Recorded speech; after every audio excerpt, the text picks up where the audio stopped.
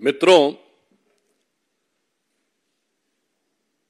दिल्ली में आज भारत की राजनीति का एक बहुत विचित्र और विस्मयकारी दृश्य दिखने जा रहा है, क्योंकि वो लोग जो भ्रष्टाचार के विरुद्ध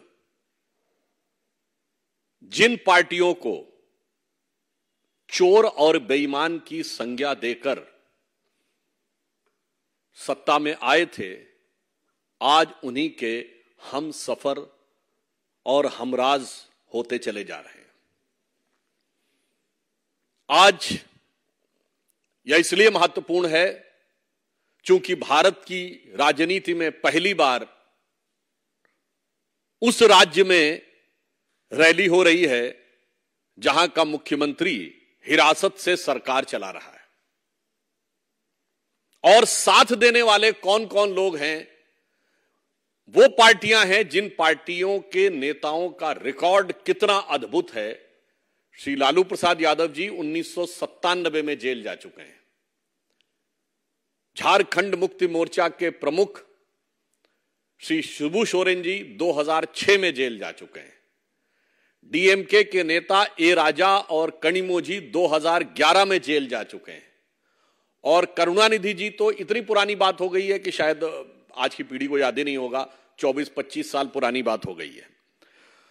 कांग्रेस के कई नेता, सुरेश कालमाणी जी जैसे नेता 2010 में जेल जा चुके हैं। समाजवादी पार्टी के नेता रहे स्वर्गीय मुलायम सिंह जी 2007 में आय से अधिक संपत्ति का मुकदमा उनके ऊपर दर्ज हो चुका था। और श्री राहुल गांधी जी और सोनिया जी जिस केस में बेल पर हैं, मुचलके पे हैं, वो 2013 में, अक्टूबर 2013 में दिल्ली हाई कोर्ट के आदेश पर हुआ था। बोफोर्स का केस 1987 में हुआ और एफआईआर 1990 में हुई।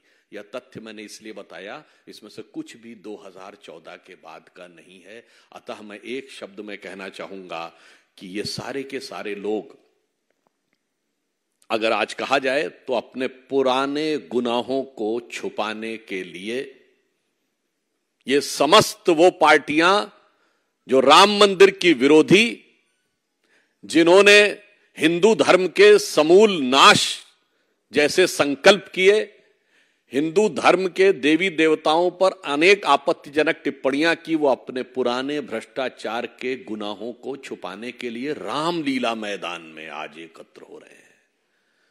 तो मुझे लगता है कि इसे यदि एक शब्द में कहा जाए तो हिंदी में एक कहावत होती है, चोरी ऊपर से सीना जोरी। जो विगत 3 पीढ़ियों से भ्रष्टाचार के आरोप में कोर्ट कचहरी और जांच एजेंसियों के चक्कर काटते रहे, जेल से अंदर और बाहर आते रहे, वो आज आकर जिस निर्लज्जता का प्रदर्शन कर रहे हैं, वो सिर्फ भारत की राजनीति में आलोचना योग्य नहीं है।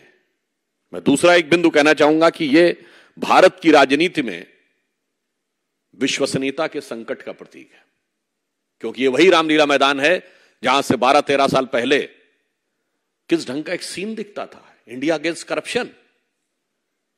और आज उसी रामलीला मैदान में everybody is with corruption, everybody is for the cover up of the corruption.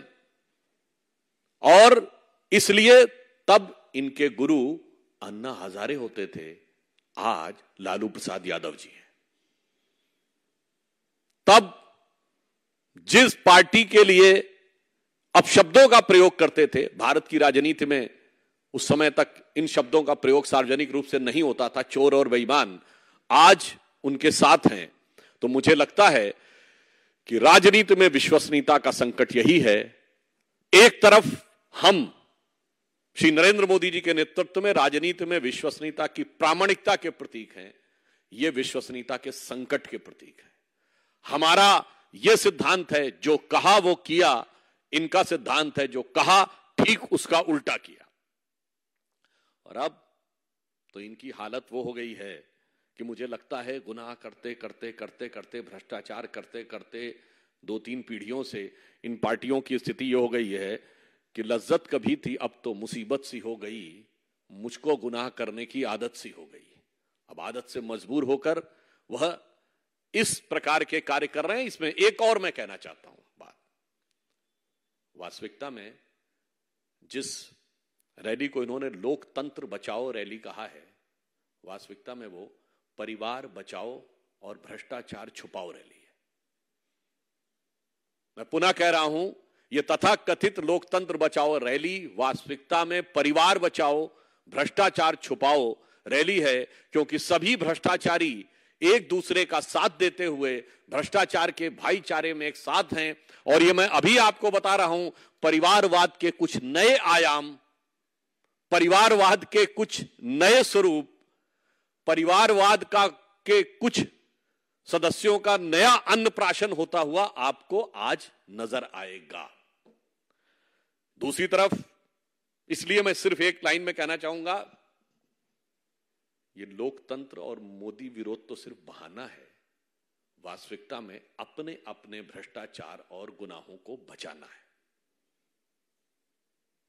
और आपस में चाहे जितनी भी लड़ाई हो, पर भ्रष्टाचार को छुपाने के लिए एक दूसरे के साथ पूरी तरीके से दिल मिलाई है। जिसे अगर एक पंक्ति में कहें कि इस गठबंधन में किसी को नहीं दिखती कोई दरार, क्योंकि हर दीवार पर चिपके हैं मोदी विरोध के इश्तिहार। और इस सिरे से उस सिरे तक, ये पंक्ति को मैं थोड़ा परिवर्तित करके कह रहा हूं, इस सिरे से उस सिरे तक सब शरीके जुर्म हैं, कोई तो जमानत पर रिहा है और कोई है फरार। दूसरी तरफ, इसी राष्ट्रीय राजधानी से थोड़ी दूरी के ऊपर मेरठ में प्रधानमंत्री श्री नरेंद्र मोदी जी की आज रैली होने जा रही है। उस धरती से जो 1857 के प्रथम स्वातंत्र समर का उद्घोष करने वाली उस धरती के साथ पे खड़े होकर आज एक भारत श्रेष्ठ भारत के विचार का उद्घोष करने वाली, उस विचारधारा और परंपरा का निर्वाह करने वाली भारतीय जनता पार्टी, जिसने प्रथम स्वतंत्रता संग्राम कहा, उसका नेतृत्व करते हुए मोदी जी आज रैली करेंगे। और यहां पर उसी भारत के प्रथम स्वतंत्रता संग्राम को गदर, सिपाही विद्रोह, म्यूटनी कहने वाली, विदेशी विचारधारा के प्रभाव में रहने वाली, हिंदू धर्म भारतीय संस्कृति का अपमान करने वाली, भ्रष्टाचार में आकंठ डूबने वाली और विश्वसनीयता का राजनीति में संकट खड़ी करने वाली पार्टियों का एक स्वरूप नजर आएगा।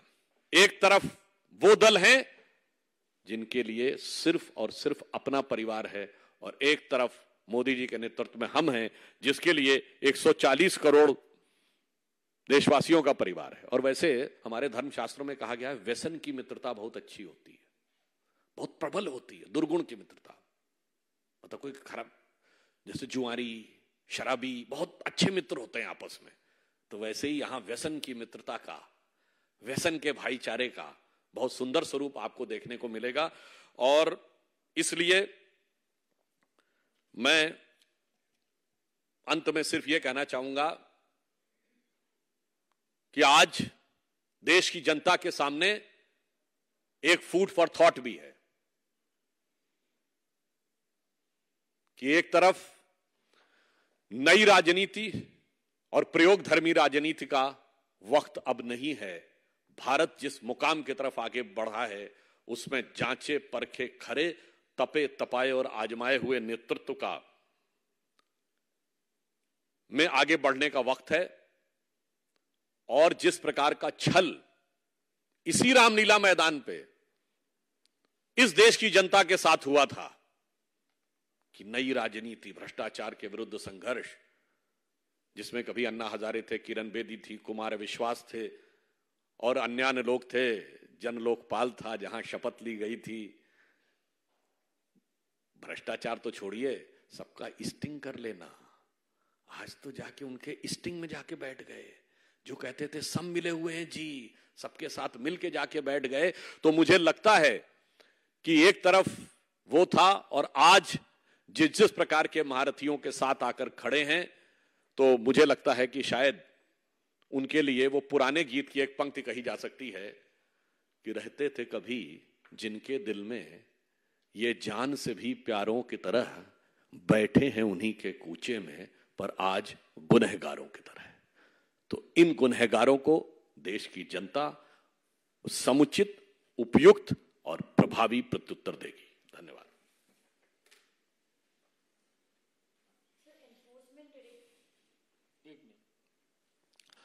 देखिए, बहुत स्पष्ट रूप से एक बिंदु और मैं कह देना चाहता हूं। लोकतंत्र की बात वो पार्टियां कर रही हैं जिसमें सिर्फ परिवार तंत्र है, जिन्होंने जब से बने हैं तब से आज तक अपने पार्टी के अंदर किसी भी दूसरे व्यक्ति को लोकतंत्र के अनुरूप सत्ता देना उचित नहीं समझा। तो मुझे लगता है ये वास्तविकता में पुनः मैं इस विषय को रीएम्फसाइज करता हूं कि लोकतंत्र बचाओ नहीं, परिवार बचाओ और भ्रष्टाचार छुपाओ रैली है।